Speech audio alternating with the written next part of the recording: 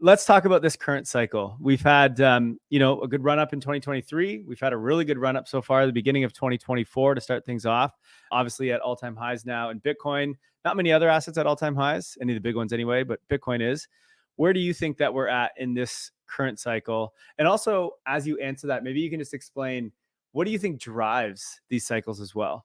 So what drives the cycles largely, of course, liquidity in the markets, obviously, and we had big liquidity. The global liquidity bottomed in October 2022. FTX collapsed a couple weeks later. That signaled the end of the bear market, essentially, which doesn't feel like it. It's really weird. But essentially, if you really start to break it down, the bear market starts at the top and the bear market finishes at the bottom. Yeah. Doesn't feel like it at the time, right? But that's realistically kind of what happens. Hindsight, though, it's not easy to spot, obviously, but liquidity really drives these markets, and we've seen huge upticks in liquidity, of course, for cryptocurrencies. Risk appetites drive a lot of this market.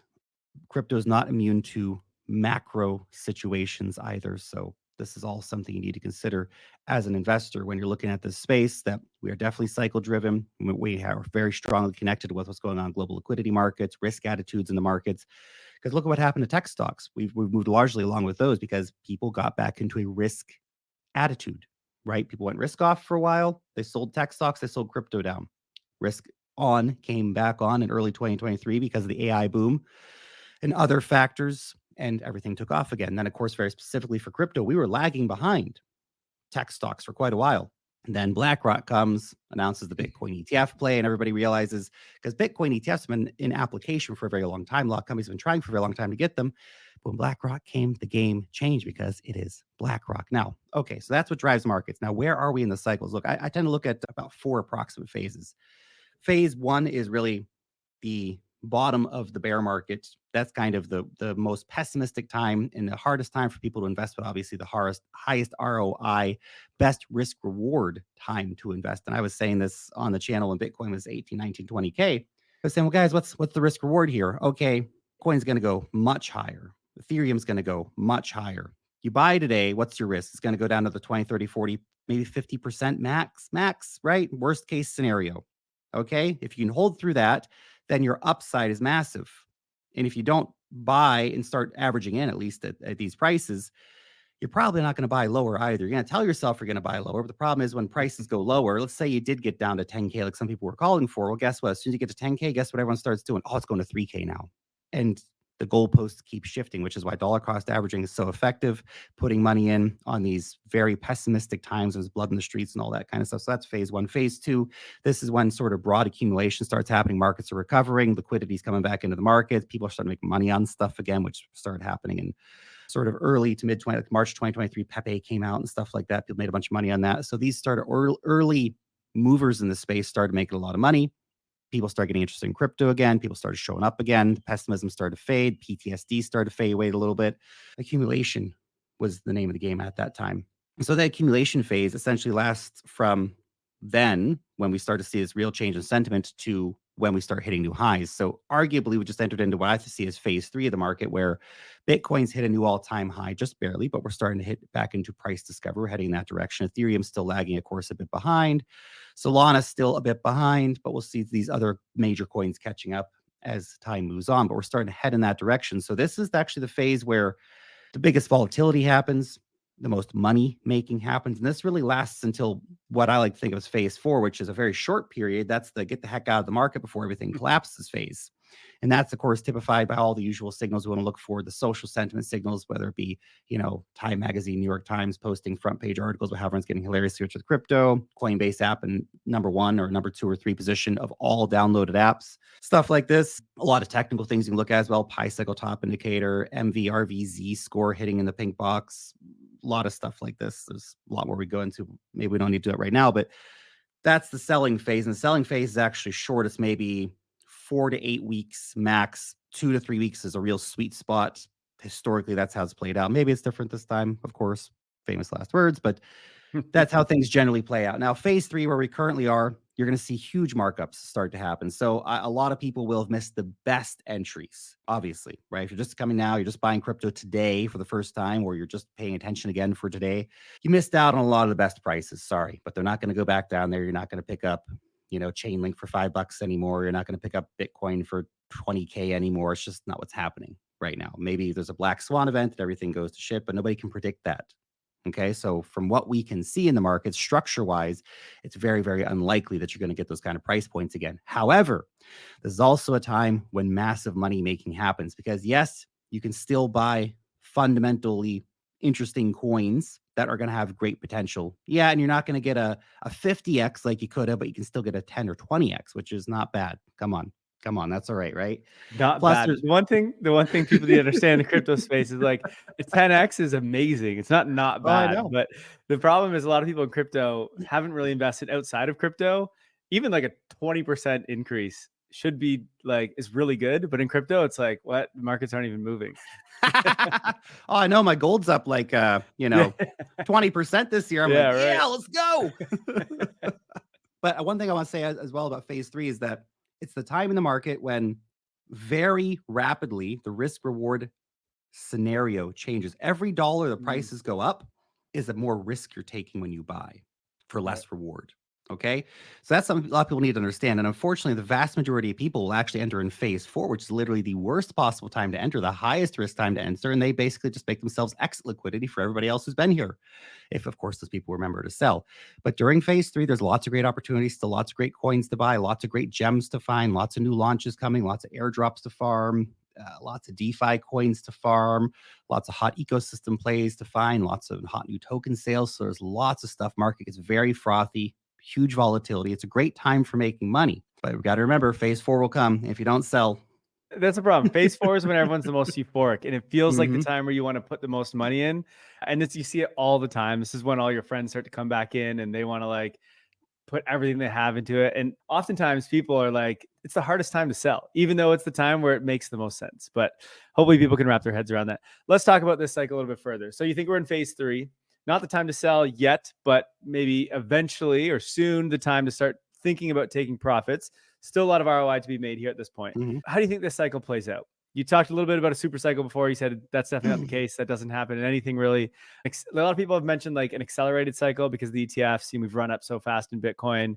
Are you on that side? Are you on just it's a normal cycle as per usual? Is it a super cycle? Like, what are you thinking this time around? It's very interesting. Obviously, there's very compelling cases that can be made for all three: accelerated, 4-year, and super cycle. Essentially, if you really want to dive into it, crypto has been in what is essentially a giant super cycle. It's just a very, very Yeah. volatile one. So it doesn't fit the standard definition of what a super cycle is because we have these 70, 80, 90% drawdowns in a lot of assets across the crypto space. So it doesn't feel like you're in a super cycle. But the reality is, if had you bought Bitcoin for basic, except if you'd bought in that like 1 week when it was at 73K. But basically, anybody who's ever bought Bitcoin in the past is in profit right now at the time of recording this video. And that's pretty crazy to think about. So prices just keep going up, fiat keeps being debased, all that kind of stuff. Okay. So that's one thing to keep in mind here.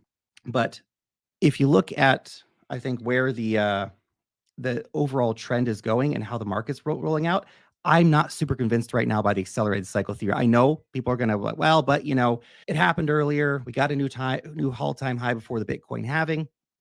Yeah, we did, and that might lead to what I think could be a possible scenario, which is a double top scenario. And you might think, well, double top scenario, that sounds ridiculous.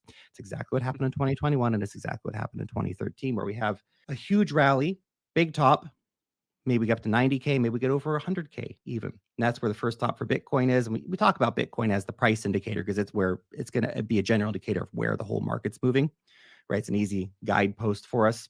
So maybe we do that happens. Then we have a huge correction in the market, like 30, 40, 50% correction.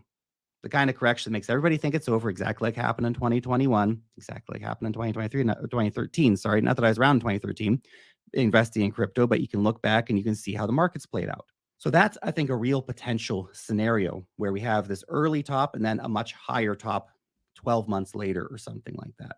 That's a real possibility. But my intuition is telling me that until proven otherwise, we are still in a 4-year cycle.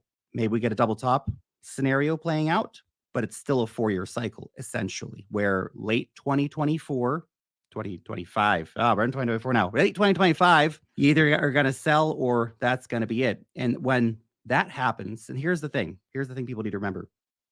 when late 2025 comes, assuming again we get a 4-year cycle theory, which I think is still the most compelling case for me personally, I'm ready to be proven wrong, and I will adapt my opinion based on what I'm seeing in the markets. I don't want to look at the market and see what I want to hear from the market. I want to look at the market and see what's actually happening in the market. So if I see the signals that markets are looking like things are getting pretty cooked, and that could just be the first top signal. It's hard to say. Well, that's going to be a tough one to try to analyze later on, but late 2025, I think it really becomes that situation where it's time to get out of the market. And maybe I will mid curve it and we really are in the super cycle and everything's just way more bullish and all these things that you're being told are going to come true. But chances are it's just the euphoria that's going to hit everybody. And when Bitcoin gets up to, I think we could go as high as maybe like 250K. The 3.618 Fibonacci line brings us to 215K, which is where we hit, by the way, at 3.618 last cycle. So if you pay attention to that again, maybe we go slightly above it like we did last cycle, and maybe we get up to like 250K. But the problem is at 250K,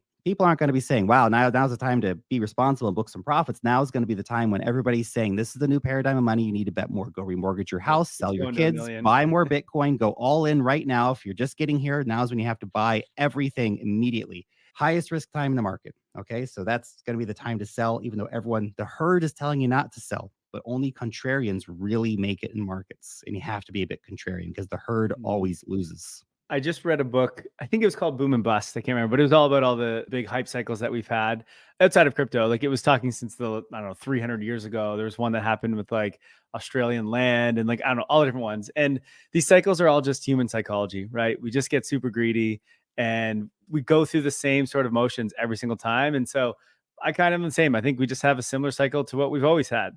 And really it's because of what you mentioned at the beginning, which was these cycles are controlled by liquidity. So it doesn't really matter what happens in terms of like innovation and things with crypto. As soon as liquidity goes the opposite way and there's less money to be put in crypto, that means there's less demand, there's less people that can buy. And so ultimately, even if the innovation is still improving and we all think it's going to be the future, there's just really no other option for it to go back down at that point. And it seems these liquidity cycles seem to be every 4 years. So I'm kind of in the same boat that I think it's kind of the same as all the other cycles. Maybe we have a double top, maybe we don't. It doesn't really matter. We always kind of have like a 50% dip in the middle of a cycle, except for I think 2017. We didn't have one that was 50, but we had a 40%. We had like a 41% dip. So like close enough. Yeah. Yeah. One of the things I always try to think about though is like, what is different this cycle than the last one? I mean, the first one, the obvious one as well, we hit all-time highs before the halving. Obviously the ETFs are different. There's a big kind of unknown right now. What's going to happen with the ETH ETF in about a month from now. So like that could make some changes for us or make some differences. Any other things that are this cycle that you're just like, yeah, this is completely different than we've seen in any other cycle? You know, what's interesting about this time is different ideology is that this time is always different.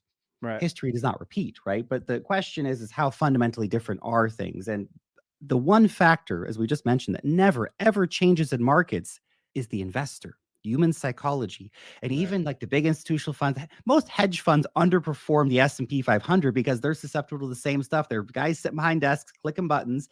They are susceptible to the same fear and greed. They make the same mistakes on average. So if hedge funds can't do it, your average investor obviously struggles to try to win in those regards. So look, the hype cycles are a very real part of the entire scenario. Everything is happening here in the cryptocurrency markets. And I think it's important to pay attention to this whole human element in terms of how cycles repeat and the way cycles play out and all this sort of stuff. So don't bet against people. I mean, bet against people, but don't bet against people to not do what they're going to do.